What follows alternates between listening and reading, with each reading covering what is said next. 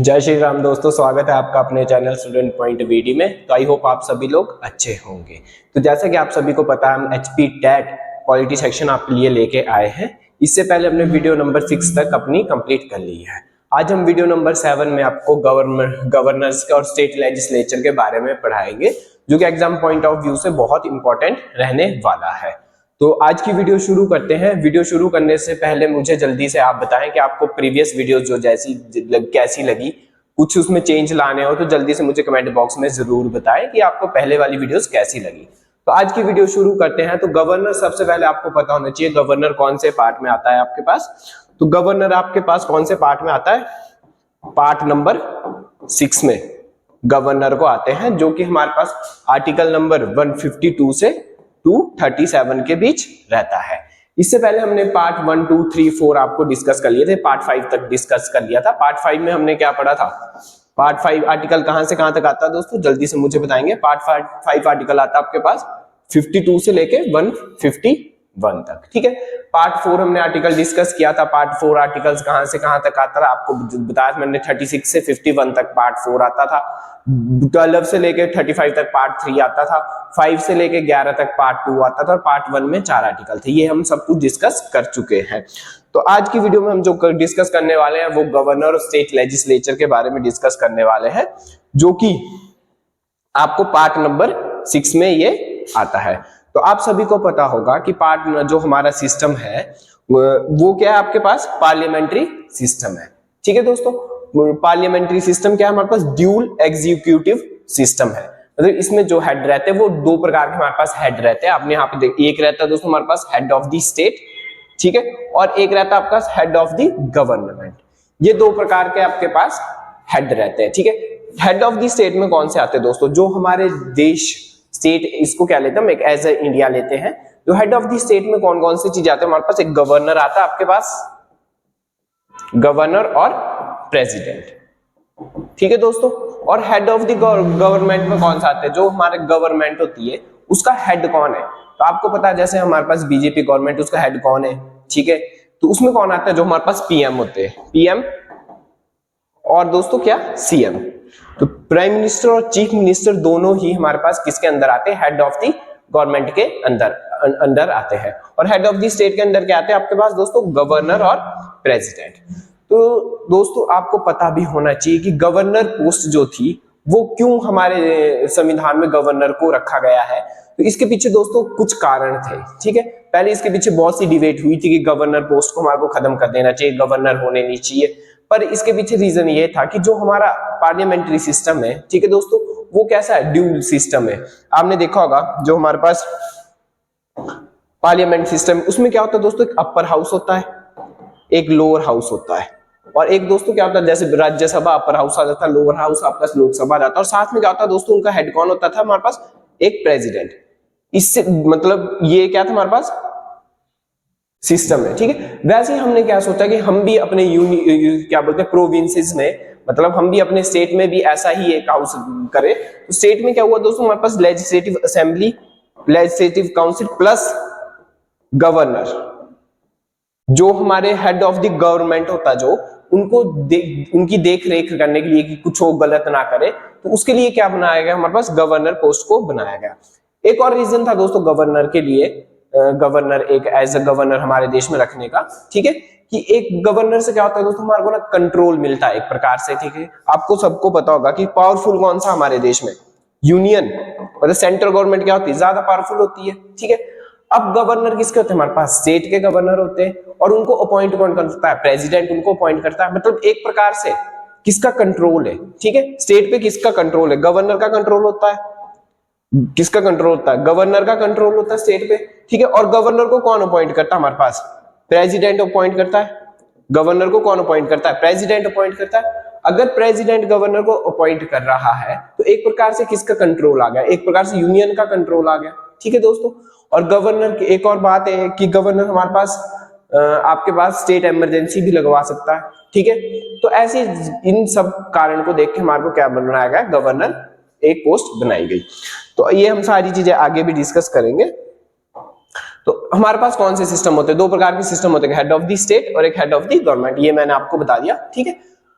Head of the state कौन से होते हैं दोस्तों? हमारे पास नॉमिनल, आपके पास नॉमिनल एग्जीक्यूटिव होते हैं, ठीक है, जैसे प्रेसिडेंट हो गया और गवर्नर हो गए, ये कौन से होते हैं? आपके पास हेड ऑफ द स्टेट होते हैं, ये भी मैंने आपको बता दिया, ठीक है दोस्तों।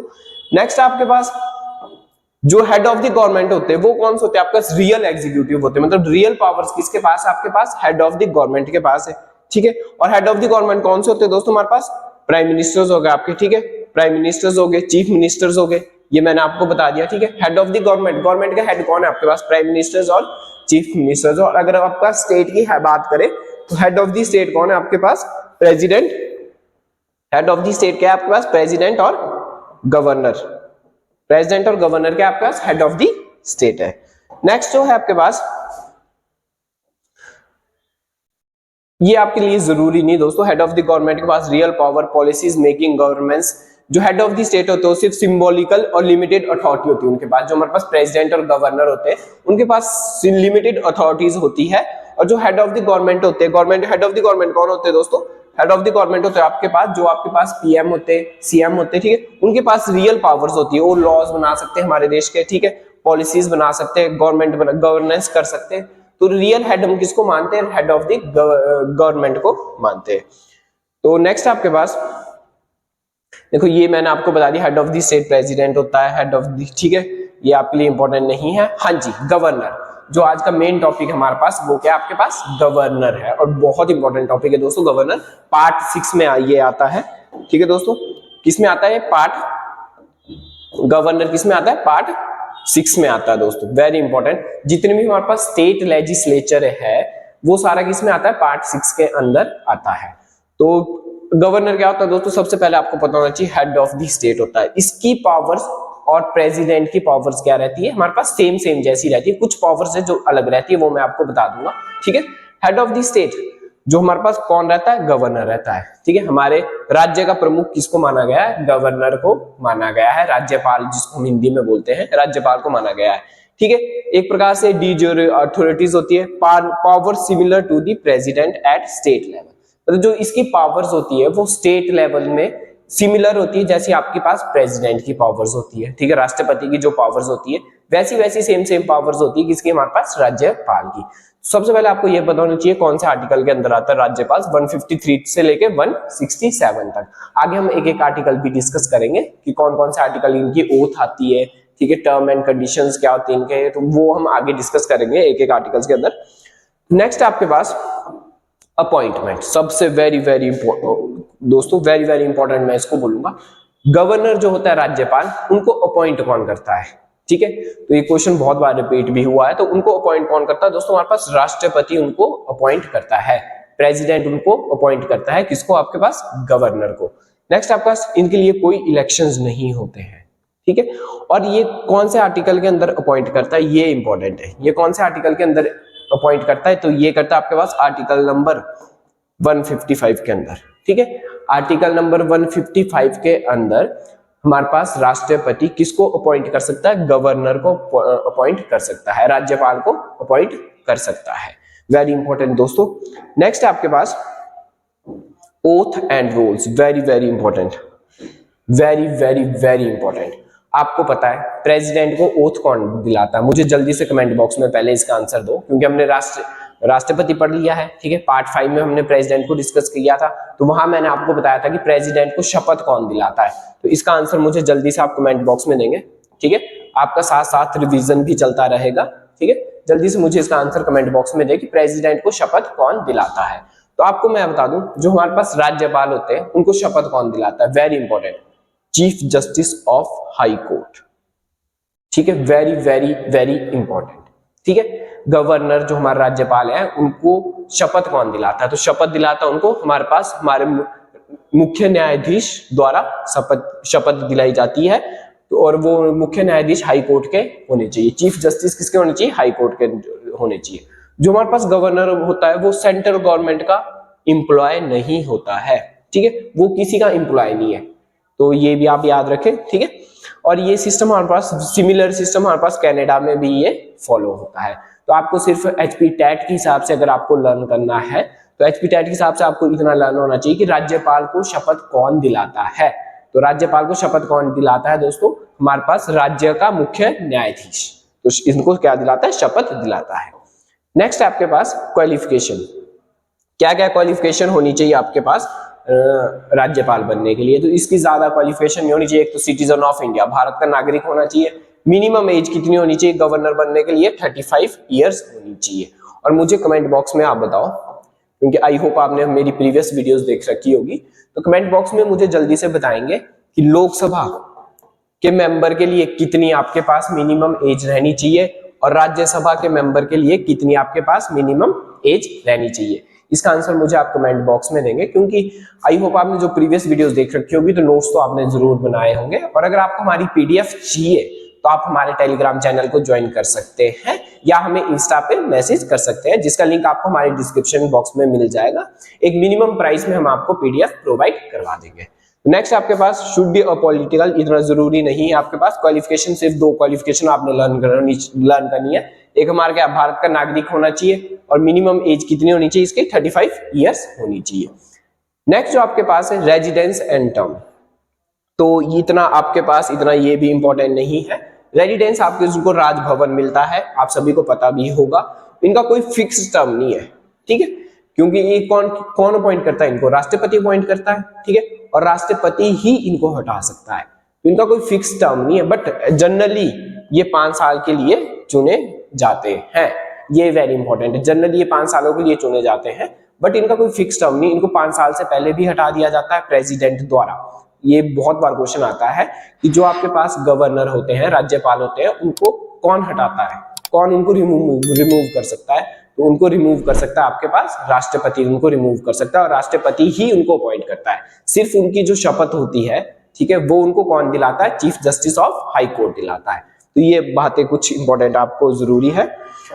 नेक्स्ट आपके पास रिमूवल एंड रेजिग्नेशन, ये मैंने आपको बता दिया। रिमूवल एंड रेजिग्नेशन कौन करता भाई? प्रेसिडेंट,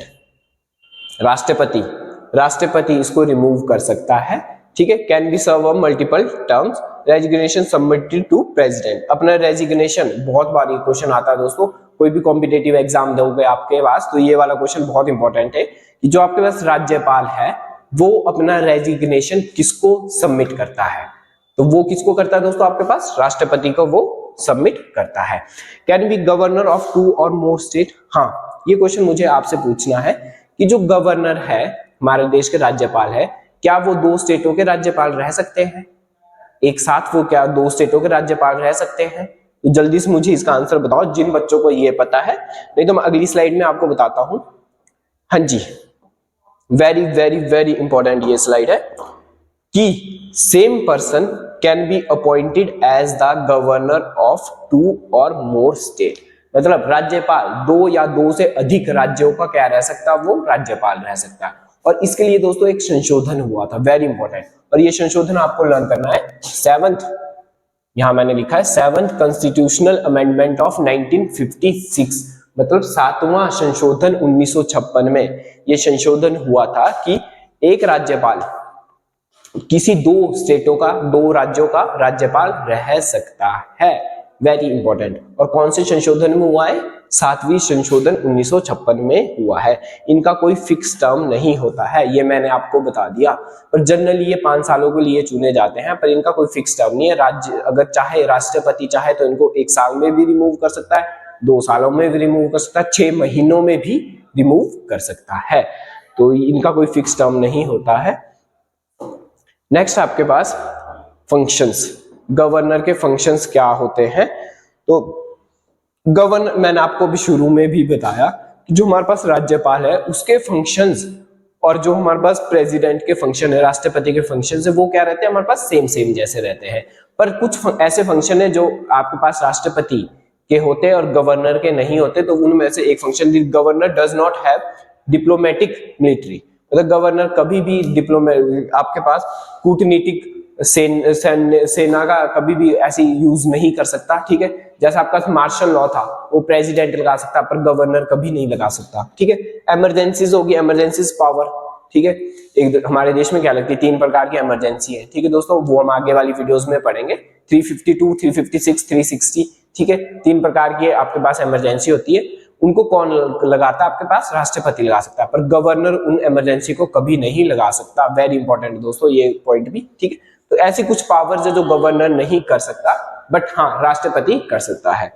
तो नेक्स्ट आपके पास, हाँ जैसे राष्ट्रपति चूज, मुझे जल्दी से आप कमेंट बॉक्स में भी बताएंगे, ठीक है। जब हमने राष्ट्रपति आपके पास कंप्लीट कर लिया है तो आपको मैंने बताया था कि राष्ट्रपति किन किन लोगों को अपॉइंट कर सकता है। वैसी सेम पावर दोस्तों आपके पास राज्यपाल की भी होती है, गवर्नर की भी आपके पास सेम पावर्स होती है।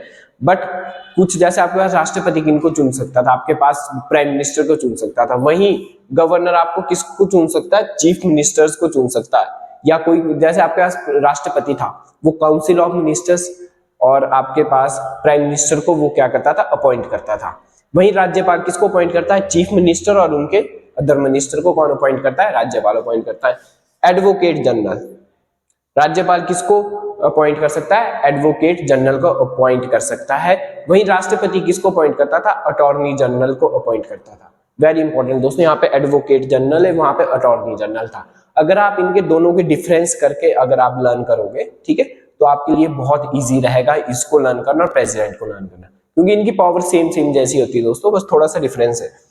जो आपके पास राष्ट्रपति, जो आपके पास राज्यपाल है, वो किसको अपॉइंट करता है? स्टेट इलेक्शन कमिश्नर को अपॉइंट करता है। वहीं जो राष्ट्रपति था वो किसको अपॉइंट करता था? वो यूपीएससी के मेंबर को अपॉइंट करता था। यूनियन पब्लिक सर्विस कमीशन के मेंबर को प्रेसिडेंट अपॉइंट करता था, चेयरमैन को अपॉइंट करता था। वहीं राज्यपाल किसको अपॉइंट करता है? स्टेट इलेक्शन कमिश्नर को, जो राज्य के इलेक्शन कमिश्नर होते हैं उनको अपॉइंट करता है। अच्छा दोस्तों, ये वाला पॉइंट इसके साथ मैच होगा, ठीक है।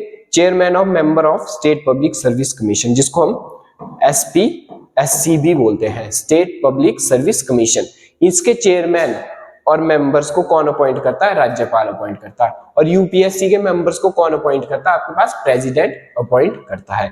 यहाँ पे दोस्तों क्या था? थर्ड पॉइंट क्या था? ये किसको अपॉइंट करता है? स्टेट इलेक्शन कमिश्नर को अपॉइंट करता है। वहीं प्रेसिडेंट किसको अपॉइंट करता था? इलेक्शनर कमिश्नर को अपॉइंट करता था, ठीक है। और नेक्स्ट आपका vice chancellor and the member of state universities, जो आपके पास आपको पता भी होगा हिमाचल प्रदेश में जो जितने भी यूनिवर्सिटीज है उनके वाइस चांसलर जो है उनको कौन अपॉइंट करता है? आपके पास गवर्नर अपॉइंट करता है। इंपॉर्टेंट है दोस्तों ये भी। तो सेम सेम जैसी पावर है आपके पास एग्जीक्यूटिव पावर, जिसको हम बोलते हैं कार्यपालिक शक्तियां, और किन किन को अपॉइंट कर सकता है, वो सेम सेम आपके पास प्रेसिडेंट की तरह ही है, ठीक है दोस्तों। तो नेक्स्ट है आपके पास लेजिस्लेचर पावर। हाँ वेरी इंपॉर्टेंट दोस्तों, लेजिस्लेचर पावर क्या क्या है? तो सबसे पहले तो आपको पता होना चाहिए कि हमारे देश में द्विसदन प्रणाली है, ठीक है, जिसको हम क्या बोलते हैं? बायकैमरलिज्म लेजिस्लेचर बोलते हैं, ठीक है। द्विसदन प्रणाली का आपको एक और फीचर आपको बता देता हूं दोस्तों, ठीक है। जो आपके पास द्विसदन बायकैमरलिज्म होता है, जिसको हम बायकैमरल बोलते हैं, तो इसका मतलब क्या होता है कि हमारे देश में ना दो सदन होने चाहिए, एक लोअर हाउस होना चाहिए और एक अपर हाउस होना चाहिए, ठीक है दोस्तों। और ये वाला कॉन्सेप्ट कौन से एक्ट में आया था? ये कई बार क्वेश्चन पूछते हैं दोस्तों। तो ये वाला कॉन्सेप्ट आपके पास आया था government of India act 1919। Very important, bicameral का जो कॉन्सेप्ट है, द्विसदन प्रणाली जिसको हम हिंदी में बोलते हैं, वो वाला कॉन्सेप्ट किस में आया था दोस्तों? गवर्नमेंट ऑफ इंडिया एक्ट 1919 में आया था कि हमारे देश में लोअर हाउस और अपर हाउस होने चाहिए। वहीं दोस्तों हमारे देश में जो बायकैमरल, अब प्रोविंसेस में, किसमें दोस्तों? प्रोविंसेस होता है हमारे पास, मतलब स्टेट में भी दोस्तों दो हाउस होने चाहिए, जिसको हम क्या बोलते हैं? आपके पास लेजिस्लेटिव असेंबली और लेजिस्लेटिव काउंसिल, मतलब दो हाउस होने चाहिए।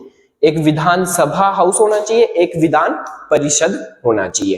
तो जो प्रोविंस में आया था दोस्तों, तो ये वाला कौन से एक्ट में आया था? ये दोस्तों वेरी इंपॉर्टेंट है, 1935 गवर्नमेंट ऑफ इंडिया एक्ट 1935 में ये आया था।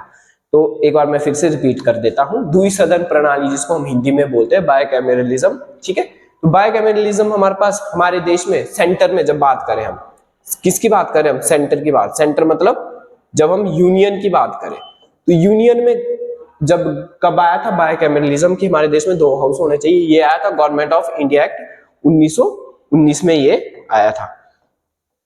तो वेरी इंपॉर्टेंट दोस्तों। वहीं आपके पास प्रोविंसेस में, प्रोविंसेस मतलब स्टेट में, तो स्टेट में बायकैमरलिज्म होना चाहिए तो वो कहाँ आया था आपके पास, 1935 वाले एक्ट में आया था। इस स्टेट में भी हमारे को क्या लागू करना चाहिए, बायकैमरल करना चाहिए। और अभी तक हमारे देश में सिर्फ 6 ऐसी स्टेट है जहां ये बायकैमरलिज्म है, ठीक है, दोनों हाउस है, जहां लोग आपके पास लेजिस्लेटिव असेंबली भी है और लेजिस्लेटिव काउंसिल भी है, मतलब विधानसभा भी है हमारे देश में। तो हमारे जो हिमाचल प्रदेश है दोस्तों, वहां पे तो सिर्फ विधानसभा है, ठीक है, विधान परिषद नहीं है, मतलब लेजिस्लेटिव काउंसिल वहां पर नहीं है। सिर्फ हमारे देश में, हमारे जो हिमाचल प्रदेश में, उसमें क्या है, सिर्फ लेजिस्लेटिव असेंबली ही है। तो ये बायकैमरलिज्म का कॉन्सेप्ट कहां से आया था, 1919 के एक्ट में आया था, जब हम सेंटर में बात करें। और जब हम प्रोविंस में बात करें, मतलब स्टेट में बात करें, तो ये कब आया था, 1935 में ये आया था, ठीक है दोस्तों। तो वहीं बायकैमरलिज्म का स्टेट में क्या मतलब होता है कि हमारे देश में क्या होना चाहिए दोस्तों, governor, legislative assembly plus legislative council होने चाहिए, ठीक है, मतलब राज्यपाल होना चाहिए, विधानसभा होना चाहिए, विधान परिषद होना चाहिए। कहां पे बात करी दोस्तों, स्टेट में बात करें। और जब हम यूनियन में बात करें, तो यूनियन में क्या होता है दोस्तों आपके पास, यूनियन में भी तो सेम ऐसी होता है कि लोकसभा होना चाहिए प्लस राज्यसभा होना चाहिए प्लस क्या होना चाहिए, साथ में प्रेसिडेंट होना चाहिए। वैसे ही सेम दोस्तों यहाँ पे भी एक गवर्नर होना चाहिए, लेजिस्लेटिव असेंबली होनी चाहिए और साथ में क्या होनी चाहिए, लेजिस्लेटिव काउंसिल होनी चाहिए। तो ये वाला कॉन्सेप्ट भी यहीं से आया था। नेक्स्ट जो आपके पास, the governor dissolve the state legislature assembly, तो ये भी दोस्तों सेम वही कॉन्सेप्ट है, ठीक है। जो प्रेसिडेंट था हमारे पास, तो प्रेसिडेंट किसको डिसॉल्व कर सकता था, प्रेसिडेंट किसको डिसॉल्व कर सकता है, लोकसभा को डिसॉल्व कर सकता है, मतलब लोकसभा को क्या कर सकता था, भंग कर सकता था। वहीं गवर्नर किसको भंग कर सकता है, सिर्फ लेजिस्लेटिव असेंबली को भंग कर सकता है। मतलब इसको जब हिंदी में बात करें तो विधानसभा को ही ये भंग कर सकता है।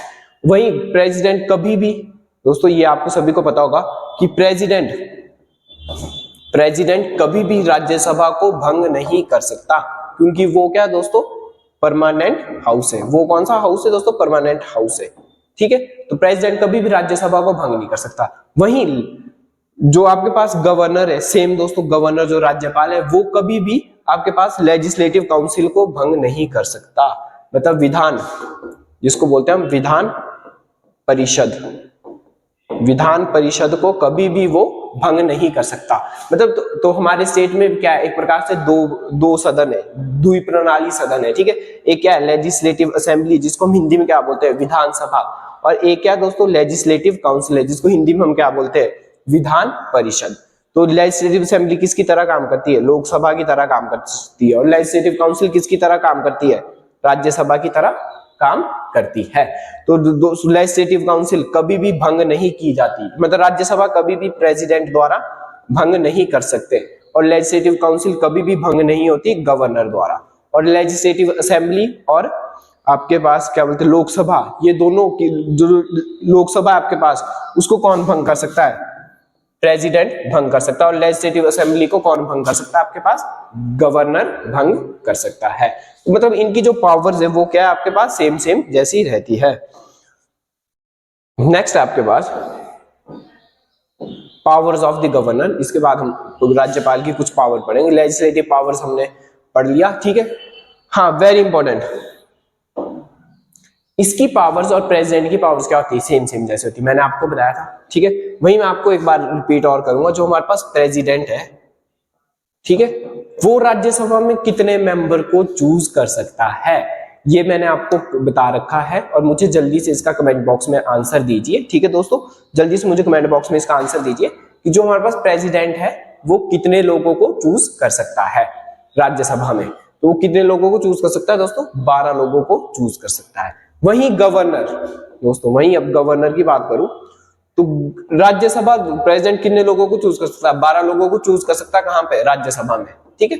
और राज्यसभा अगर हम बात करें, हमारे स्टेट में राज्यसभा की तरह एक और आपके पास हाउस है, उसको क्या बोलते हैं हम, लेजिस्लेटिव काउंसिल बोलते हैं, विधान परिषद बोलते हैं।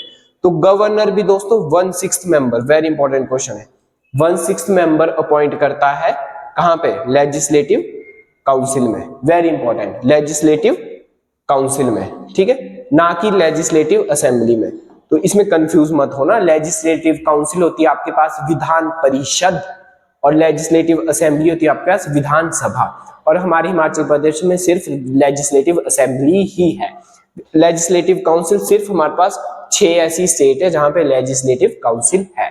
तो आगे हम जब स्टेट लेजिस्लेचर भी पढ़ेंगे वहां भी हम इन चीजों को डिस्कस करेंगे, तो टेंशन आपने नहीं लेनी है, आपको प्रॉपर समझाया जाएगा। तो देखो वेरी इंपॉर्टेंट दोस्तों, तो गवर्नर कितने लोगों को अपॉइंट करता है? 1/6 लोगों को अपॉइंट करता है। कहां पे? लेजिस्लेटिव काउंसिल में, जिसको हम हिंदी में क्या बोलते हैं? विधान परिषद। विधान परिषद में वो कितने लोगों को अपॉइंट कर सकता है? 1/6 लोगों को अपॉइंट कर सकता है। नेक्स्ट आपके पास दोस्तों, bill becomes law with government असेंस। मतलब बिल तभी बनेंगे जब उसमें हमारे राज्यपाल के क्या होंगे? साइन होंगे। क्योंकि हमारे जो बिल बनते हैं सेंटर्स में भी, उसमें भी आपको किसके साइन की जरूरत पड़ती है? राष्ट्रपति की साइन की जरूरत पड़ती है। वैसा ही सेम दोस्तों हमारे जो स्टेट्स होती है उसमें भी वैसा ही सेम होता है कि अगर कोई बिल बनाना है तो उसमें आपको किसके साइन की जरूरत पड़ेगी? आपके पास गवर्नर के साइन की जरूरत पड़ेगी। नेक्स्ट आपके पास, can reserve bill for the president consideration, article number 200। ठीक है, मतलब कोई ऐसे बिल होते हैं जिसको वो कहां दे सकता है? अपने प्रेसिडेंट के पास दे सकता है कंसिडरेशन के लिए। तो इतना इंपॉर्टेंट नहीं है आपके पास ये वाली दोस्तों, वेरी इंपॉर्टेंट। इसको मैं प्रोमुलेटिस ऑर्डिनेंस, ऑर्डिनेंस गवर्नर ऑर्डिनेंस कौन से आर्टिकल के अंदर कर सकता है?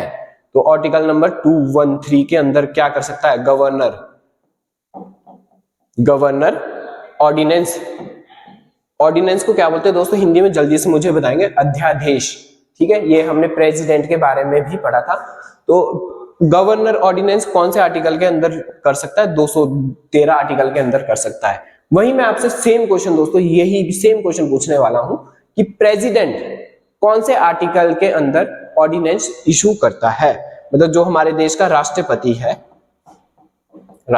है वो कौन से आर्टिकल के अंदर अध्यादेश, जिसको बोलते हैं हम, ठीक है दोस्तों, तो इसको देख लेना हिंदी में कैसे लिखते हैं, जिसको हम इंग्लिश में क्या बोलते हैं? ऑर्डिनेंस।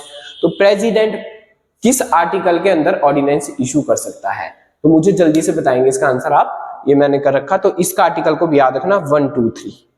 आर्टिकल नंबर 123 होगा तो प्रेसिडेंट ऑर्डिनेंस इशू करेगा। और आर्टिकल नंबर दोस्तों इधर से बना, देखो 123 से आप याद कर सकते हैं 213। ठीक है, और 213 में ऑर्डिनेंस इशू कौन करता है? गवर्नर इशू करता है। कौन इशू करता है? गवर्नर इशू करता है। वेरी इंपॉर्टेंट दोस्तों। ठीक है, प्रेसिडेंट कौन से आर्टिकल के अंदर ऑर्डिनेंस इशू करता है? 123 आर्टिकल के अंदर ऑर्डिनेंस इशू करता है। वहीं गवर्नर कौन से आर्टिकल के अंदर इशू करता है? 213 आर्टिकल के अंदर इशू करता है। नेक्स्ट आपके पास फाइनेंशियल पावर। तो हम इतना ही आपको डिस्कस करेंगे जितना आपके एग्जाम पॉइंट ऑफ व्यू से इंपॉर्टेंट है। कुछ फालतू चीजें हम डिस्कस नहीं करने वाले। और अगर आपको वीडियो पसंद आ रही है तो दोस्तों जल्दी से मुझे सब्सक्राइब करें। मैं देख रहा हूं दोस्तों कई बच्चे क्या करते हैं, वीडियोस देख लेते हैं, लाइक कोई उसमें लाइक नहीं, शेयर नहीं, कमेंट कुछ नहीं।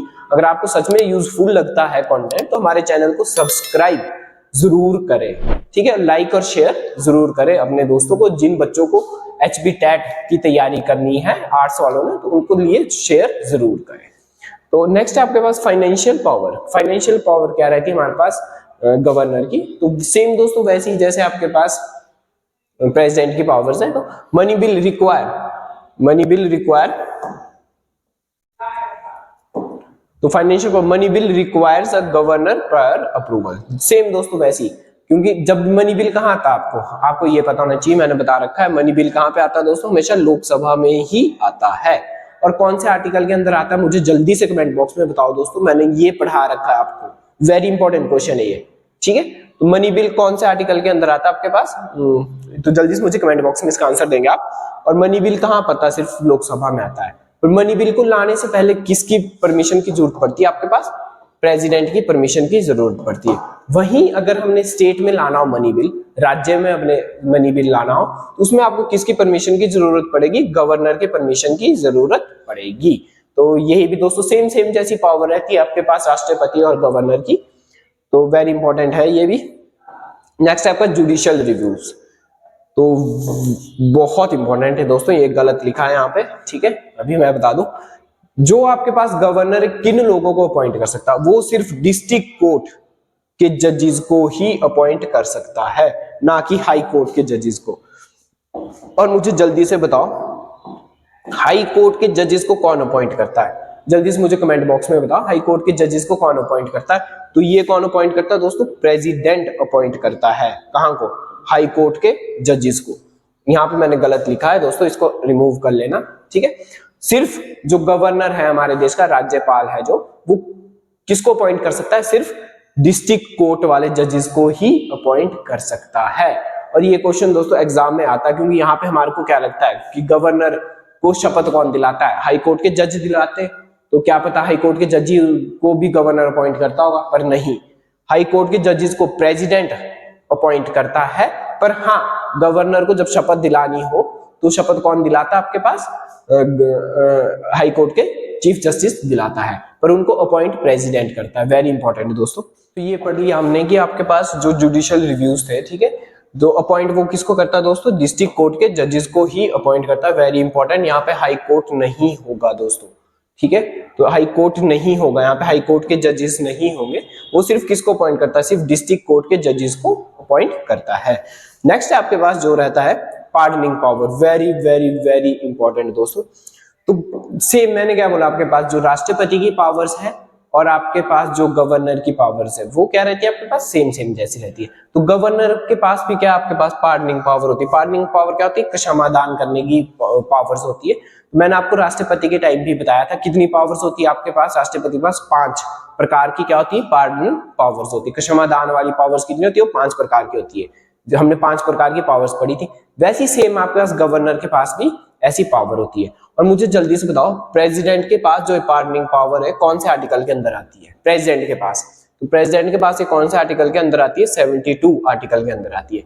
वहीं गवर्नर के पास ये पार्डनिंग पावर कौन से आर्टिकल के अंदर आती है? आर्टिकल नंबर 161 के अंदर आती है।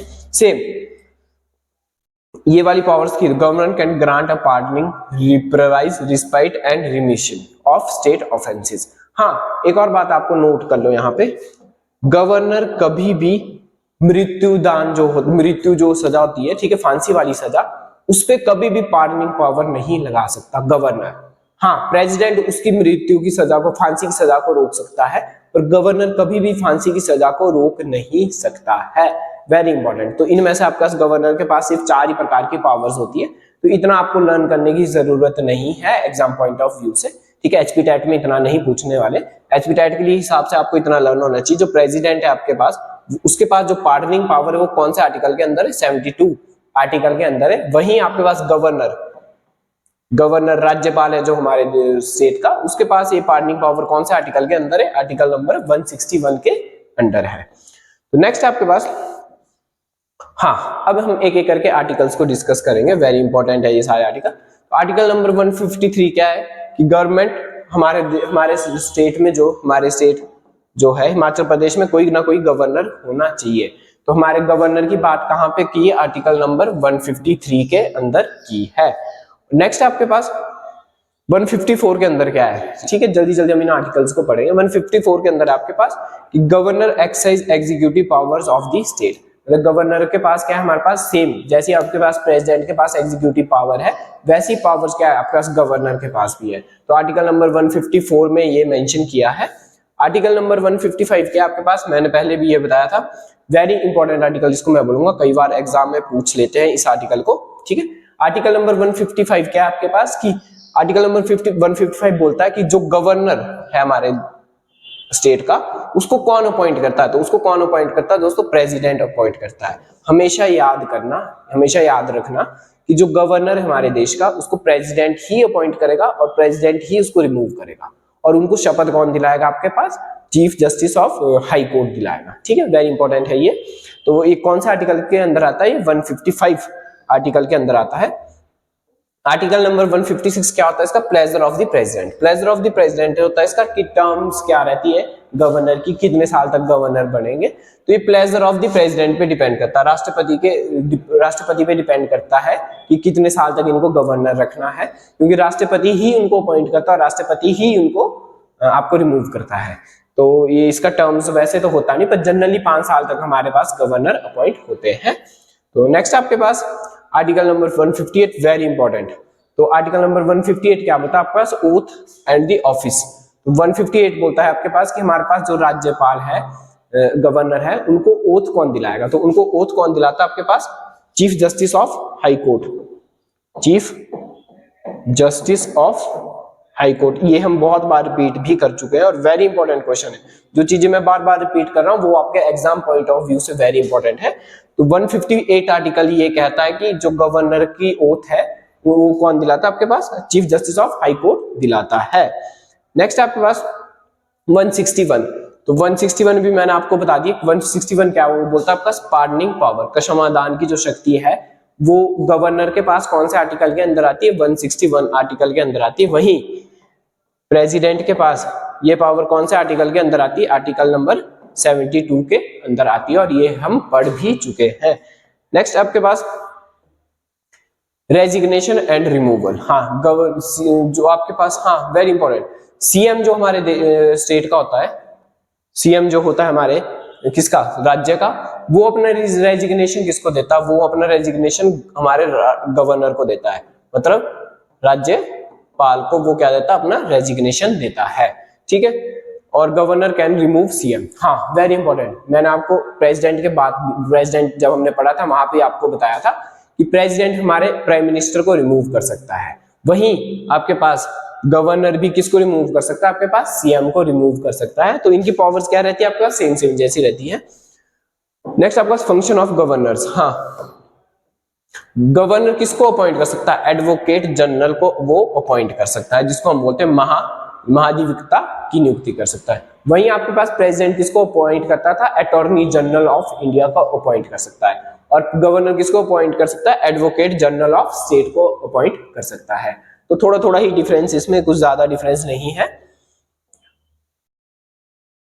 हाँ तो ये इतना इंपॉर्टेंट नहीं है आपके लिए, ठीक है। CM is a member of NDC का मेंबर रहता है सीएम, आपके पास interstate council, national integration council का आपके पास मेंबर रहता है आपके पास सीएम, तो इतना इंपॉर्टेंट नहीं है आपका एग्जाम पॉइंट ऑफ व्यू से। नेक्स्ट आपका state legislature, very very very important दोस्तों। स्टेट लेजिस्लेचर क्या होता है, ये आता है आपके पास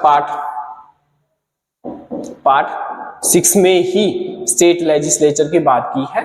तो हमने सारे पार्ट वाइज आपको डिस्कस किया। पार्ट 1 डिस्कस किया था जिसके अंदर 4 आर्टिकल आते थे। पार्ट 1 के अंदर, पार्ट 2 के अंदर दोस्तों हमने डिस्कस किया था कितने आते थे आपके पास, 5 से लेके 11 तक आते थे। पार्ट 3 के अंदर 12 से लेके 35 तक आते थे। उसका हमने पार्ट 4 पढ़ा, पार्ट 4 में आपका 36 से लेके 51 तक आते थे।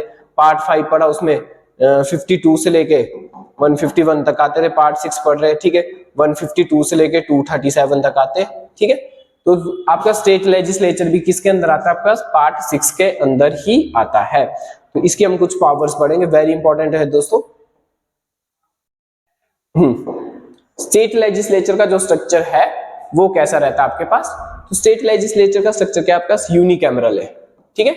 यूनिकैमरल मतलब most state have only state assembly, legislative assembly. मैंने अभी आपको पहले भी डिस्कस किया कि हमारे सिस्टम में क्या है, द्विसदन प्रणाली है हमारे स्टेट में भी, ठीक है, जिसमें क्या क्या आता है आपका लेजिस्लेटिव असेंबली आता है प्लस लेजिस्लेटिव काउंसिल आता है, ये हमने पढ़ा, ठीक है। पर मैक्सिमम जो स्टेट है आपके पास उसमें सिर्फ क्या है, लेजिस्लेटिव असेंबली ही है। हमारे हिमाचल प्रदेश में भी सिर्फ लेजिस्लेटिव असेंबली है। लेजिस्लेटिव काउंसिल सिर्फ हमारे पास 6 ऐसी स्टेट है जहां पे लेजिस्लेटिव काउंसिल है, तो इसको आप लर्न भी कर सकते हो। 6 स्टेट्स कौन कौन सी है, ठीक है, आपको बता दूं, आप लर्न इसको ऐसे कर लेना, 1 2 11 13 20 21 ऐसे लर्न कर लेना, ठीक है। 1 से क्या आ गया, 1 पे क्या आता है, ए आता है, तो आंध्र प्रदेश है। 2 पे क्या आता है, बी आता है, बिहार है, ठीक है। 11 पे क्या आता है आपके पास, 10 इजोटी जेके, ठीक है, कर्नाटका है आपके पास। 13 पे क्या आता है आपके पास, महाराष्ट्र है आपके पास, ठीक है। 20 पे क्या आता है आपके पास, तेलंगाना है आपके पास, और 21 पे क्या आपके पास, यूपी है, ठीक है। तो ये ऐसी 6 ऐसी स्टेट है जहां पे आपके पास क्या है, लेजिस्लेटिव काउंसिल है, विधान परिषद है। पर हमारे सिर्फ बाकी जो स्टेट्स बची उसमें क्या है, सिर्फ विधानसभा ही है, जिसको हम क्या बोलते हैं, इंग्लिश में लेजिस्लेटिव असेंबली बोलते हैं, ठीक है। यहाँ पे भी मैंने आपको मेंशन किया है कि 6 state also have a legislative council. सिर्फ 6 ही ऐसी स्टेट है जहां पे क्या है, लेजिस्लेटिव काउंसिल है। उन 6 स्टेट के नाम मैंने आपको बता दी थी। नेक्स्ट आपके पास लेजिस्लेटिव असेंबली, ठीक है।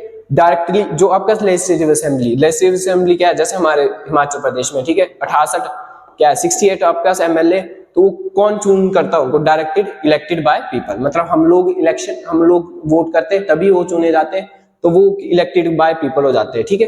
लेजिस्लेटिव असेंबली की बात करें, हम विधानसभा की बात करें, जो कि हमारे हिमाचल प्रदेश में भी है, टेन्योर कितना रहता है उनका 5 साल तक रहता है, ठीक है। मेंबर उसमें 60 से लेके 500 तक होते हैं। मिनिमम एज वेरी इंपॉर्टेंट दोस्तों, अगर आपको एमएलए बना तो मिनिमम एज कितनी रहनी चाहिए आपके पास? 25 ईयर्स रहनी चाहिए मिनिमम एज। तो मिनिमम एज कितनी आपके पास? 25 साल है।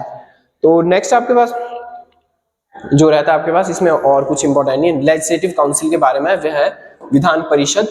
तो विधान परिषद क्या होता है दोस्तों? ये इनडायरेक्ट वे से इलेक्टेड होते हैं, ठीक है। ऐसा नहीं इसके लिए कोई हम वोट करते हैं, तो इनडायरेक्ट इलेक्शंस होते हैं, पार्शियली इलेक्टेड और पार्शियली नॉमिनेटेड। और इनको नॉमिनेटेड मैंने बताया था आपको, गवर्नर कितने लोगों को नॉमिनेट करता है, जल्दी से मुझे कमेंट बॉक्स में बताओ। अभी अभी हमने पढ़ा, तो गवर्नर लेजिस्लेटिव काउंसिल में कितने मेंबर को अपॉइंट कर सकता है? 1/6 मेंबर को वो अपॉइंट करता है। ये दोस्तों एज ए राज्यसभा की तरह काम कर सकती है, ठीक है। 6 साल इसका टेन्योर रहता है, जैसे राज्यसभा का रहता है। 1/3 रिटायर एवरी 2 ईयर्स, मतलब 1/3 मेंबर एवरी 2 साल बाद क्या होते हैं? रिटायर होते हैं। तो राज्यसभा में भी एक 1/3 मेंबर क्या होते हैं? हर 2 साल बाद क्या होते हैं? रिटायर होते हैं, ठीक है। सेम वैसी जैसे राज्यसभा का काम है, ठीक है। और इसमें कैन नॉट रिमूव बाय, तो इतना इंपॉर्टेंट नहीं है आपके पास। Power of the state legislature, तो इसमें क्या आपके पास? Financial money bill can be introduce only in legislative assembly. तो ये भी मैंने आपको डिस्कस किया, ठीक है। लेजिस्लेटिव असेंबली जो विधानसभा है, वहीं पे कौन से आपके पास? मनी बिल और फाइनेंशियल बिल वहीं पे आते हैं।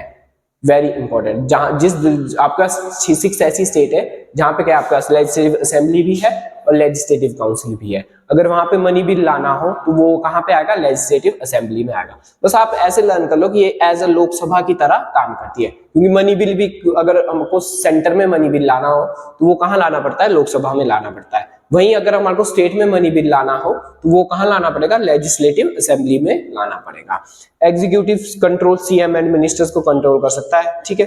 तो ये इसकी कुछ पावर्स है, इतनी इंपॉर्टेंट नहीं है आपके एग्जाम पॉइंट ऑफ व्यू से, ना ही अभी तक पूछी गई है। तो एक्स्ट्रा हम कुछ नहीं पढ़ने वाले, जो आपको इंपॉर्टेंट लगेगा वही पढ़ेंगे हम। रोल ऑफ गवर्नेंस, तो ये भी मैंने आपको बता रखा है, ठीक है। लेजिस्लेटिव असेंबली किसकी तरह होती है? जल्दी से बताओ दोस्तों। लोकसभा की तरह होती है। लोकसभा की तरह होती है तो इसको डिसॉल्व भी हो जाती है, ठीक है। और डिसॉल्व कौन कर सकता है? इसको गवर्नर डिसॉल्व कर सकता है। लेजिस्लेटिव असेंबली को कौन डिसॉल्व कर सकता है? गवर्नर डिसॉल्व कर सकता है। और राष्ट्रपति, हाँ मैंने आपको शुरू में एक बात बताई थी कि गवर्नर क्या कर सकता है? आपके पास स्टेट इमरजेंसी लगवाने के लिए क्या कर सकता है? प्रेसिडेंट के पास जा सकता है, ठीक है। Can recommended president to rule, president rule हमारे उसमें लगा दो, तो एक गवर्नर की परमिशन से भी लगता है। तो वेरी इंपॉर्टेंट ये। वीटो पावर्स आपके लिए इतनी इंपॉर्टेंट नहीं है, ना ही एग्जाम में पूछी गई है। इंपॉर्टेंट आर्टिकल्स आप डिस्कस कर लो स्टेट लेजिस्लेचर के, ठीक है। 168 composition of the state legislature, राज्य विधायिका की संरचना, ठीक है। विधान परिषद की स्थापना, लेजिस्लेटिव काउंसिल की स्थापना कौन से आर्टिकल के अंदर है? 169 आर्टिकल के अंदर। Very important. उनका टेन्योर कितना रहता है? ये भी मैंने आपको डिस्कस कर दिया। आप मुझे जल्दी से ये बताओ कि सबसे छोटी लेजिस्लेटिव असेंबली कौन सी है हमारे देश में? जैसे हमारे पास हिमाचल प्रदेश की जब हम बात करें तो आपको पता है हिमाचल प्रदेश में कितने मेंबर है लेजिस्लेटिव असेंबली में? 68 मेंबर है, ठीक है। विधानसभा में कितने मेंबर? 68 एमएलए चुने जाते हैं। वहीं ऐसी कौन सी स्टेट है जिसमें सबसे कम एमएलए चुने जाते हैं? तो वो क्या है दोस्तों? आपका यूनियन टेरिटरी पुडुचेरी, ठीक है। वहां पे सबसे कम आपके पास विधानसभा मेंबर, और सबसे ज्यादा किसके पास? आपके पास यूपी के पास। यूपी के पास कितने मेंबर? आपका 400 प्लस मेंबर है, ठीक है। अभी फिगर याद नहीं आ रही मुझे, तो 400 प्लस मेंबर है। वहीं पुडुचेरी के पास आपका लगभग 30 मेंबर है, ठीक है। एमएलए की 30 एमएलए हैं। तो सबसे छोटी पुडुचेरी हमारे पास लेजिस्लेटिव असेंबली है, और सबसे बड़ी कौन सी? आपके पास यूपी है। तो मनी बिल गवर्नर के परमिशन से आता है, कौन से आर्टिकल के अंदर आता है? 198 to 200 के बीच आता है। तो इतना इंपॉर्टेंट नहीं है ये पूछने आपको एग्जाम पॉइंट ऑफ व्यू से। तो आज की वीडियो जो थी हमारे पास गवर्नर के बारे में थी, और आज की वीडियो हमारी यहीं खत्म होती है। और अगर दोस्तों आपको वीडियो पसंद आती है, बहुत से बच्चे जो वीडियो देख के बिना सब्सक्राइब लाइक किए चले जाते हैं, तो अगर आपको सच में वीडियो यूजफुल लगती है, कंटेंट यूजफुल लगता है, आप प्रीवियस पेपर्स उठा के देख सकते हो कि जो हमारा कंटेंट है आपको प्रीवियस पेपर्स में सारे क्वेश्चंस आपको मिल जाएंगे। तो ऐसा नहीं है कि आपके लिए कंटेंट बनाने के लिए हम बहुत मेहनत करते हैं। तो जल्दी से हमारे चैनल को लाइक, सब्सक्राइब और अपने दोस्तों को शेयर जरूर करें। Thanks for watching this video.